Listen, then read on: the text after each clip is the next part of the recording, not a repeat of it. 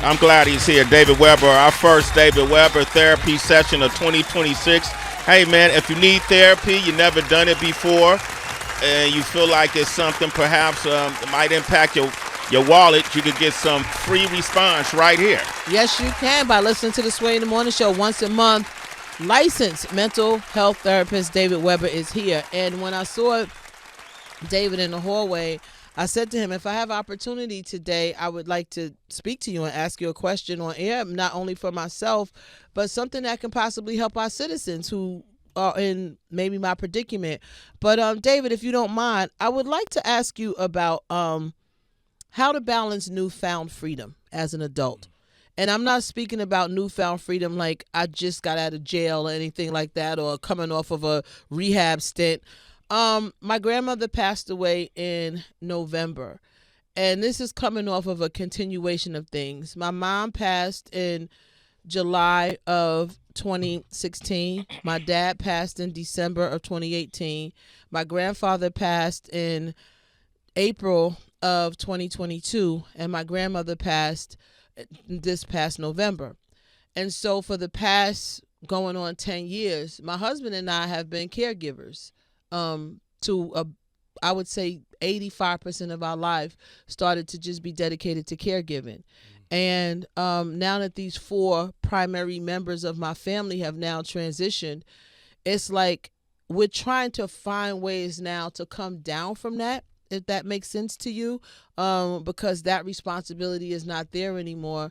But also manage our relationships with family members that we no longer have to necessarily engage with the same way. Like, in layman's terms, I'm sick of everybody. Like, I really am. I'm sick of everybody, and it feels good to say that because it's been a lot of work, David. It's been a financial burden. It's been a mental burden. It's been an emotional burden. And quite frankly, it's been a spiritual burden. I feel like I've been attacked a lot of times, so much so that I felt like it entered my marriage in such a way. It caused a rift between Horse and I, because nobody signs up for this when you get with somebody that I'm going to be taking care of your grandmother one day or your grandfather and paying caregivers and stuff. Nobody signs up for that. People living in your house. Nobody signs up for that. But I'm trying to find out. We're trying to find our way back to the normalcy of quiet. Like the freedom now. The responsible freedom, if you will, and not taking the phone calls anymore. I got phone calls the day before and the day after my grandmother's services asking for money. But you pay for the services, right? If you don't mind, is that too much right there? It's not too much to share. After you took care of all the expenses. After I took care of my husband and I took care of everything. Yeah. Everything from toilet paper. I will shout out a couple of people because I have to. I don't want this to seem like a one-sided situation. Yeah. Shout out to Simone, who was a caregiver. Shout out to Uzi. Shout out to my cousin Kim, my neighbor Lynette, and my 2 brothers. Other than that, people gave me their ass to kiss. Like, this is you dealing with this. That's on you. And now, obviously through them transitioning, we're trying to balance this freedom. We moved. I mean, that was the other thing too, David. This was taking place on a whole nother coast. We're 3,000 miles away and getting phone calls because somebody needs $30. Now, these are from adults? There's nobody that called me that was under the age of 40. Okay. All right. Nah, this is real. David just like, no. That's your answer. No. I don't know if people can relate or not, but this is this Sway. You was there, homie, and you know things that I can't even say. You feel me? This took place over the course of 10 years. Well, first, I thank you for sharing this, Heather, because I think people will be able to relate to it in their own way. Because every family, at some point, somebody has to be the designated caretaker. And nobody's raising their hand for the job. Heather didn't raise her hand for the job, but she's morally driven in a certain way where she knew she had to step up in the responsibility for those elders that at one point took care of her. Yeah. Right? But it ain't fair. Yeah. You know what I mean? At all. And nobody's helping with the burden, right?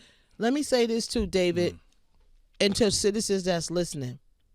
If you have someone in your family that has to go into a nursing facility for rehab, a nursing facility after they leave out of a hospital, or even while they're in the hospital, I'm telling y'all now, I don't care what color they are, what injury they had, or what they're healing from. If you don't have somebody up there every single day letting that staff know that you mean business and to take care of my auntie or grandma or mama or daddy or grandpa, they're going to get thrown to the side, David. So that's another part of it that we ended up coming out of pocket for, to pay for, to make sure her caregiver was there every single day with her at the facility. And then average cost for a caregiver, by the way, $35 an hour. Yeah. $35 an hour, quick. Yeah. Okay. So David Weber, David has a master's degree in clinical mental health counseling from Northwestern University. This dude is heavily credentialed. But when you hear Heather's story, what are some things that come to mind? I know we overuse this word a lot in the mental health space, but boundaries, and I hate to use that word. Because we do overuse it, because people will say boundaries and my things space that and things that don't even require boundaries. But this is definitely one of those things that does require boundaries. Quick question for you though: are you feeling guilty for saying no, or guilty for not answering the phone at all? The crazy part, I have absolutely no guilt. Oh, good. I shed not one tear. I told Sway, I was like, I don't know if I'm on that verge of like clarity or insanity, because I'm like, if I got a big ass push broom, and I'm like ready to all into the sea, they could just go. Yeah, good. Because people got a lot of nerve, and this is when I told my brother this. I think he retired in maybe, I want to say 2009 or something like that. And people still come at him like he, it's like, and I tell him all the time, we're grown. If I ain't got it by now, I ain't never gonna have it. Like, don't say, don't feel guilty for saying no, especially to family. I tell my parents the same thing too. Like, my parents will do anything for you. We all grown adults now. Grown. If we can't figure it out now, then, you know what I mean? So if someone's 40 years old asking for $30, by the way, there are people who really don't have the money, and I get that. Right. There's people out there who really are struggling, who really don't have it, okay? And I get that. But when you're coming at somebody over and over and over and over again, that's one thing. But to then get angry with them or have an attitude with them because they don't do for you, that's something different. So I'm not saying at 40 you can't ask your brother, you can't ask your sister, your friend, your cousin if you're having a difficult time. I'm not saying that. You may have to, but you can't get mad at them if they say no. So no, that's the word for 2026. It's no? No, absolutely not. And that's my other favorite word. And I love you. But no. No, I love you, but no. But no, period. The $30, David, and I think that's to anybody, not necessarily because of what we all do. Shout out to C and Erica, what he's done and what they do for a living. That doesn't help what you do for a living because you're in the public eye, right? Correct. That doesn't help. But $30 doesn't seem like a lot of money to anybody. So I would say where the guilt does come in sometimes is because everybody know you got $30. Everybody know you got $25. That you worked for. Right. But see, I'm at the point, I've gotten to the point, but I don't care how much it is. You've come too many times. There you go. And $30 a month adds up. $30 every 2 weeks, it adds up. You know what I mean? Like, that's the thing that I don't think people realize. And you're getting up at 4 o'clock, 3 o'clock in the morning to come to work every single day. Every day. Working for you. So and then when that alarm goes off, you're the one that's getting up. Can I ask something real quick? $30 should come with a plan. That's the problem. To me, if you're asking me for $30, I feel like you're pulling me into a pyramid scheme. I'm giving you $30 for what? What's the plan? Like, how many times do I have to give you $30? You might as well ask me for $300 and tell me what the plan is to get yourself in a position where you don't have to ask for money no more. Is there a plan behind the $30? Is it wrong to ask that? Not at all. It's your money. Yeah. And that's when people have a lot of nerve, right? Asking you for your money and they under their terms.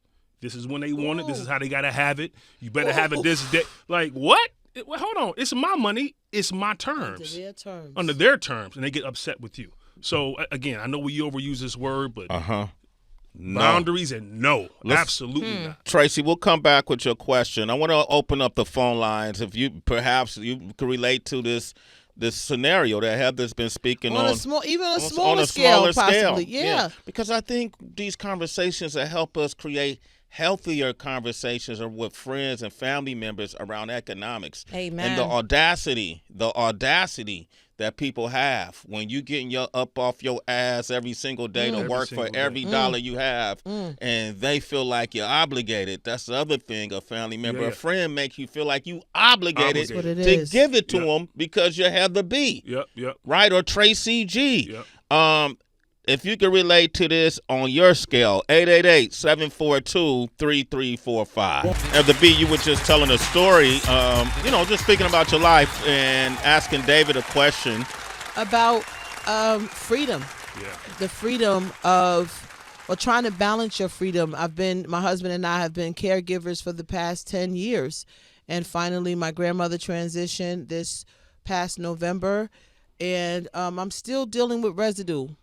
From different people who are asking, who feel like, it's all there to share, not taking into consideration time, right? Because they go into the hospitals, they go into rehab, not taking into consideration the financial responsibility that comes with that. Yeah. And how do you balance it all? And again, it doesn't have to, you have to be in the public eye to be dealing with this. You could be a cab driver and you're dealing with stuff like this every single day with caregiving and family members. Yep. We got Melissa on the phone from Detroit. Millicent, is that your name? Millicent, probably. Millicent, AKA Penny. What up, though? Oh, okay. How you doing, Millicent? AKA Millie Rock. What's up, Millie? Millie Rock on every block. She's from Detroit. What up, though? Yeah. That's okay. What up? Speak your mind. Sway in the morning. It's good to talk to you all. This morning, I was just calling because, Heather, I completely understand where you are. Last year, my stepfather, he ended up, first my mother was sick, went to rehab and everything. My stepfather was her caregiver. Then he had a stroke. And so I'm going around looking for places for everything for him. He died September 29th. My mother died October 20th. And literally, now his children didn't plan anything. I planned everything for his services, everything. My mother paid for everything. The day of the funeral at the gravesite, I literally had 2 people come to me and ask me about selling my parents' home.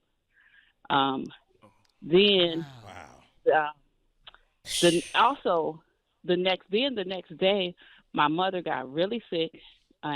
We had to rush her to the hospital. But the morning before she got sick, that morning, his granddaughter called the house and asked me about going through the house and getting her granddad's things. And I said to her, yes, I understand you can want some of his things, but when my mother is ready, right now, she's not ready for people to go through her home. That wasn't good enough. She didn't send me a text message to say the same thing. And at the same time, she sent a text message. I'm literally at the hospital, and a doctor is telling me my mother needs to go in the hospital. She's about to die. Then her son texted me the following day at the same thing, and I said to him, I'm telling you like I told your niece, you can get the things, but not right now. And I find it highly disrespectful that you all want to rifle through my mother's home, and her husband is not even cold in his grave. So then his granddaughter sent me a long message, cussing me out, telling me I'm all kinds of everything, and said, threatened me, said she from Kansas City, all she know how to do is fight, and then said good riddance. So once you said good riddance, I blocked everybody. Okay. There you go. There you go. Okay, there you go. Talk to her, Dave. That's it right there, man. Listen, y'all got this is not to you. I felt like I wanted to show them what good riddance look like. So, now we have to go to court for probate. Now I'm $16,000 in paying attorneys for probate because I have to fight them. So yeah, people don't understand everything. And mind you, I'm in Detroit and this is in Arizona, and he has a son in Arizona who did nothing. Never came around, didn't help when they were down. None of that. Y'all got a lot of nerve. Y'all got a lot of nerve. Not you, obviously. Y'all got a lot of nerve coming at people when they going through someone their family is dying and you talking to them at the funeral. You speaking to them in like at the hardest moment in their life about a house or about can I get the like what is wrong with y'all? No class. What is it? This is why I gotta get a different job because I get triggered so much in therapy, doing therapy, and that's why I have my own therapist. Right? I get so triggered because it's like people common sense isn't very common. Right? Why not wait? I don't know, 2, 3, 4, 5 months before you say a word about anything.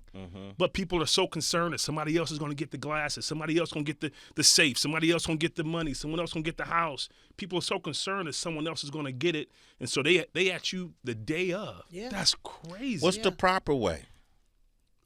Wait at least 3 months before I even.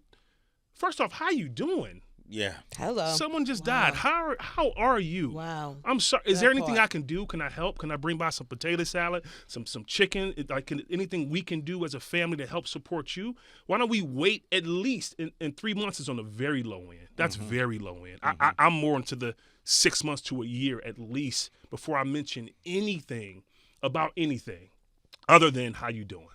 The last thing people are going to ask you, and the thing you need most, do you need any financial support? Oh, right. Why nobody asked that? Right. Why nobody, hey, what's going on? How you doing? You need any financial support? That's a good point. You know, we know we got expenses coming up. We got to put people to rest. Nobody ever asked that.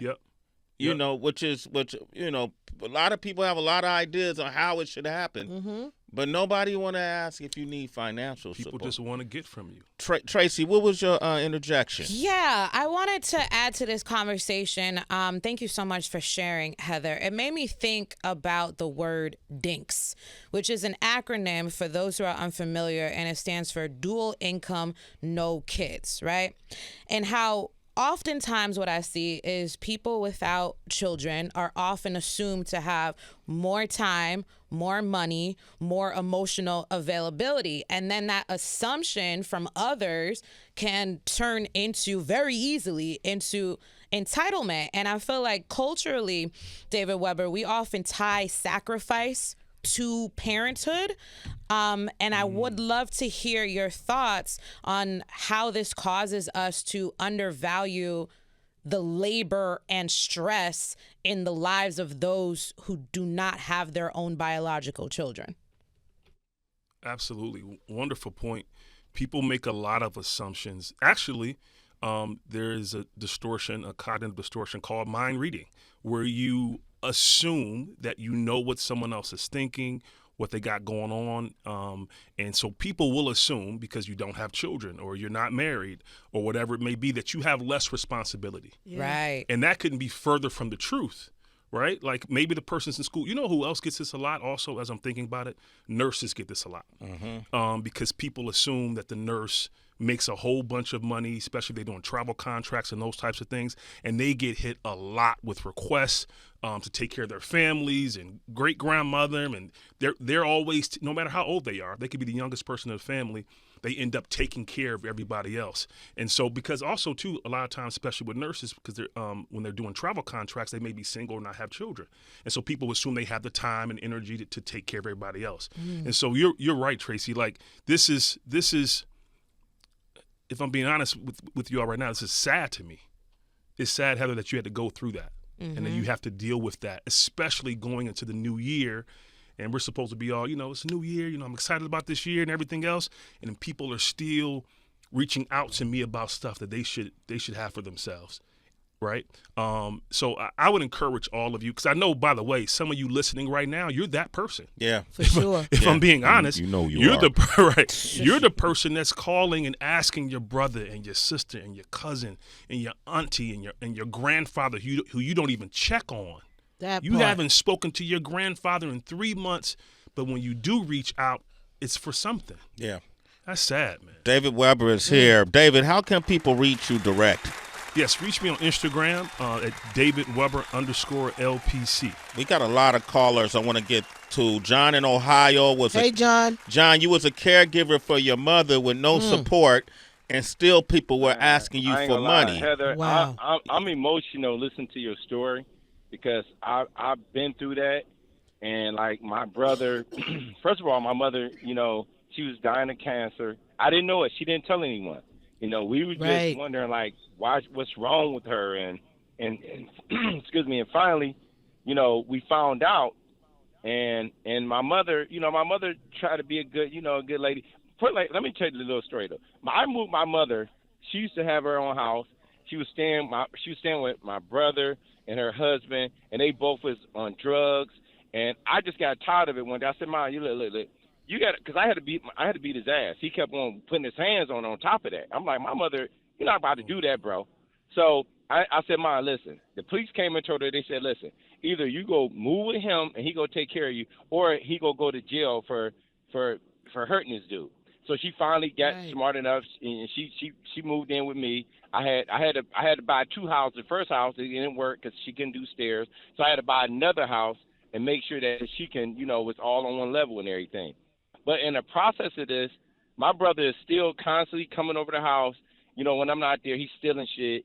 Her husband doing the same thing, back stealing and everything. And I'm like, so finally when I got her to the new house, I said, y'all can't come over. Y'all can't come nowhere around. And I said, Mom, you got to stop supporting these people's habits, okay? Because, you know, now that she don't have, you know, when she's staying with me, she don't have no more bills. I'm taking care of everything. I mean, so I'm like, you don't have no more bills. You don't have nothing. I want you to live your rest of your life, and I want you to be happy and everything. So my brothers is not help. I ain't gonna lie, I got 3. I'm the youngest. I got 3 older brothers. They're both my other brothers are constantly asking her for stuff, constantly, like, you know, trying to make her, they stealing her money. I'm like, I said, man, I told them, I said, listen, y'all gonna get hurt fucking with me. I ain't gonna lie, I'm tired of this. I said, listen, I said, you know, I'm the one. I said, I'm not trying to take credit for doing everything, because it's what I had to do. It's like you don't when you're in that position, you just do what you think is best. You're not thinking like, well, I want, you know, I'm trying to get credit for it. No, I don't want the credit. I just want my mother to get better. I want to help her out, and I want to let her have peace of mind that she can go ahead and live her life without somebody constantly asking her and begging her for stuff and everything. And then I'm paying for it. I told my mom, I said, Mom, you ain't got to spend no money. I got this, okay? And then, you know, I do good in my business. I've been doing good for a long time.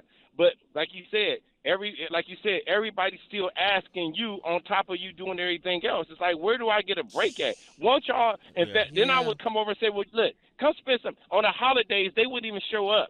Every holiday, I'm with my mom. It's just me, her, and you know, I got my friends coming over. I'm trying to make her feel good. They wouldn't even show up on the fucking holiday. I'm like, y'all ain't gonna even show up. Y'all got other stuff to do. I said, but when she ain't here one day, y'all gonna regret all this shit. And one, you know, my brother then okay, she passed and everything. You know, I'm in charge of the insurance thing and everything, right? You already know how much a funeral costs. My brother gets mad and start telling me that I took all the money out and that he's going to try to prosecute me because I'm stealing money that my mother left.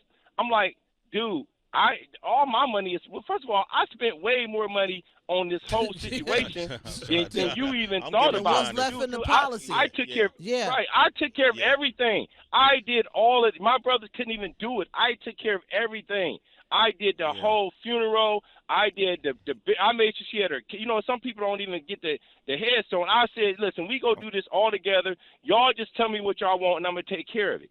You know, and then hold up, John. John, give John a round of applause. John is letting it go. But see, that's what I didn't want to, because I understand every single thing he's saying, Dave, and I don't want to I think I'm asking you to enjoy my freedom without feeling soured. Like I just feel I don't want to talk to nobody. Like I'm so done. I'm just so done. I was like, just go away. Yep. Oftentimes too, he brought up a great point. The caregiver gets accused of stealing. Yeah. The caregiver's there every single day and doing things when no one else is showing up, and they end up getting accused. Who was paying the $35 an hour? Yeah. Right.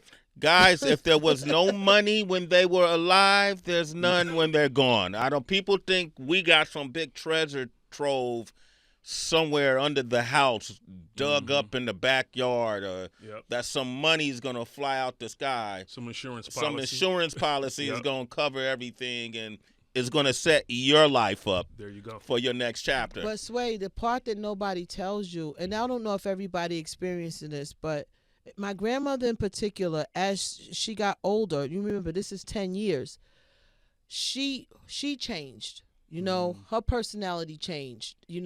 Money was a big conversation with her. Her attitude towards people and things, that started to change. So I have to deal with that too. Her messages, her phone calls, a feeling of ungratefulness, if I may say these things.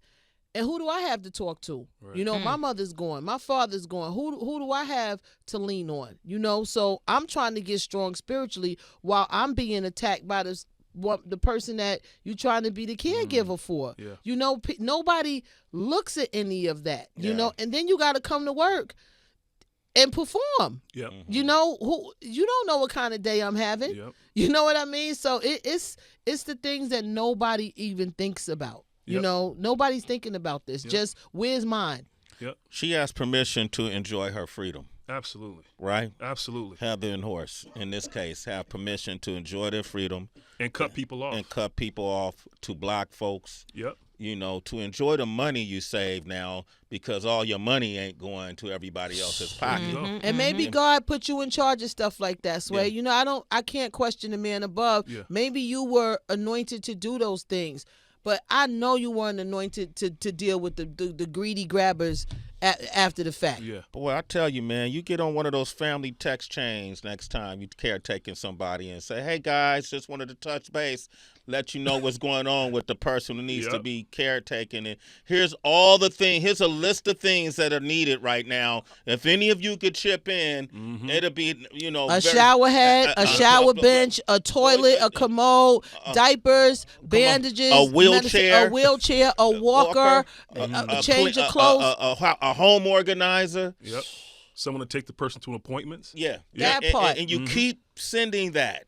Yep. Even when people aren't responding. I love so that. if that person transitions and they come looking for shit, it's like, you remember all of this stuff? There you go. Man, you'll have locks down to your feet before somebody responds. I'm telling you. They see it though, Heather.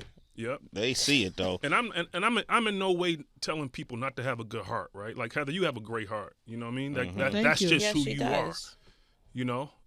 But you're not going to take advantage of me having a good heart. That's not going to happen. Yeah. Right? I do have a good heart, and that's cool, but you're not going to take advantage of it. And people have tried to take advantage of you, and that's not fair. It's not right. I want people on the line. We got a lot of folks. Millicent, thank you for your call, by the way. Penny, you're a citizen, as Sway you in know. the morning. Millie Rock. John, thank you for your call, man. Thank you, John. I'm glad you were able to get a lot of that off your chest. Up, girl. Hang in there. Okay? Amen. God is great. You too, man. DJ Slim out of Boston, he could relate. He went through this with his grandmother. He had to cut off everybody. Wow. Slim, you're a citizen, man. Sway in the morning, Slim. Hey, okay. Thank you very much. God bless you, bro. Listen, I have to say, Heather B, I am weeping over this because, I listened to the station. You had mentioned about your grandmother. You were going through things back last year. And, I went through the same thing with my grandmother for 10 years. And I'm talking about my brothers, my sisters, even my mama, my grandmama's mother, cut her off. No one wanted to do anything for her. And I was me and my wife and my two daughters. I swear to you, because my grandmother was mentally paralyzed, so she couldn't walk. So she was in a wheelchair bound. I had to do the ramp for the house and everything like that. But, no one came by to see her.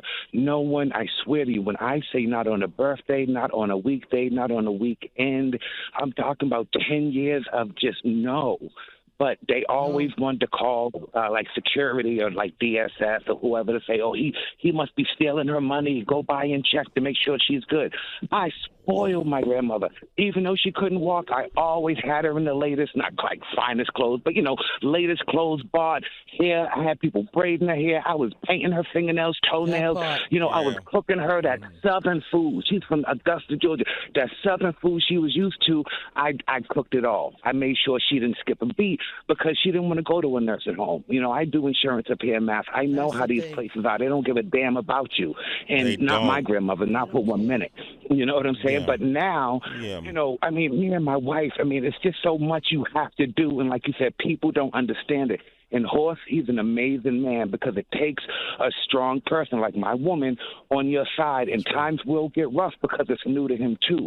But y'all two, you're made for each other, and you're gonna be together for an eternity because you're doing it around us. Thank you, bro. Thank you. Slim, you're a citizen, Slim. For real, Give it up Sway for in the Slim. morning. Here's God the thing. bless you too, guys. There's no money at the end of the rainbow. When people are, your grandparents or people passing away, when it's like 10 to 15 years of convalescence where they got to be taken care of. And even if there was a little bit of money left in the end, it's not for you. There it is. It's not going to save you. Get out there and do what you got to do. It's not going to save you. Right. And if you needed that money at this stage in your life, that meant if it was something, you're going to lose it anyway. Mm-hmm. The same way you lost whatever it was that got you. Quit looking at these elderly people as your savior, that their death as your prophet. Taking care of you. Yeah, in man. Death. Take care of them in their life. Quit being concerned about them when they're gone. Amen. Yep. What's hanging on? That ain't yours. That ain't yours. What you do for it? Yep. That's real. Heather, you deserve to enjoy your freedom. That extra money, let's buy some food. Let's cook out, yo. See, back to work. Back to work. A disguise master. A master in disguise. Let's cook some food, HB. Yeah, right. Man, come on. Yeah. But David Weber, thank you. Man, thank you, David. Love you, family. Enjoy your Love life, you. Heather. Amen. Malcolm Peep, JP in Florida, Jordan in Delaware, Mike in Toronto, Rosalio in Cali, Marco in Illinois. Hit up David Weber directly. Please hit me up, y'all. David Weber _LPC on Instagram. If you don't have Instagram, just email me at davidweberlpc@gmail.com. I appreciate you. Thank you, brother. Thank you, David.